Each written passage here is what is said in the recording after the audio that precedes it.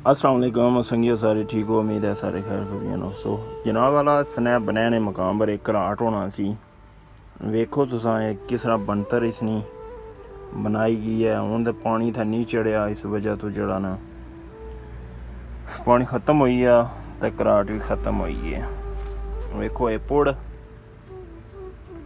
इधर भी पुड़ तको बुनू भी मैं दसा सही।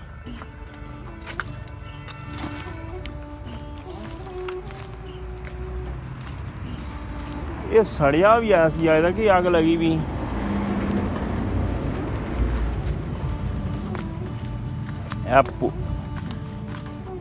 कराट है ना सारा सिस्टम तको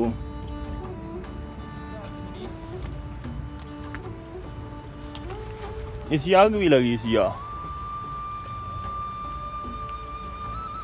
है कि इत्था भी पुड़ पे वे न। कराट बड़ा अरसा चलना रहा उसी।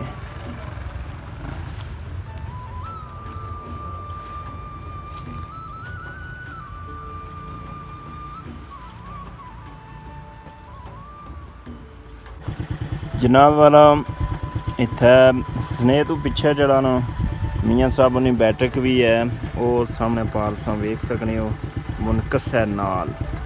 तो हुण बाकायदा उत्थै मस्जिद वगैरह भी, उस तो बाद खाण पिलाण वाला लंगर वाला सिस्टम भी नाल बनाई छोड़िया ने। इत्थै पानी हनी लोग स्टे करने न, इत्थै पानी हनी पीने न।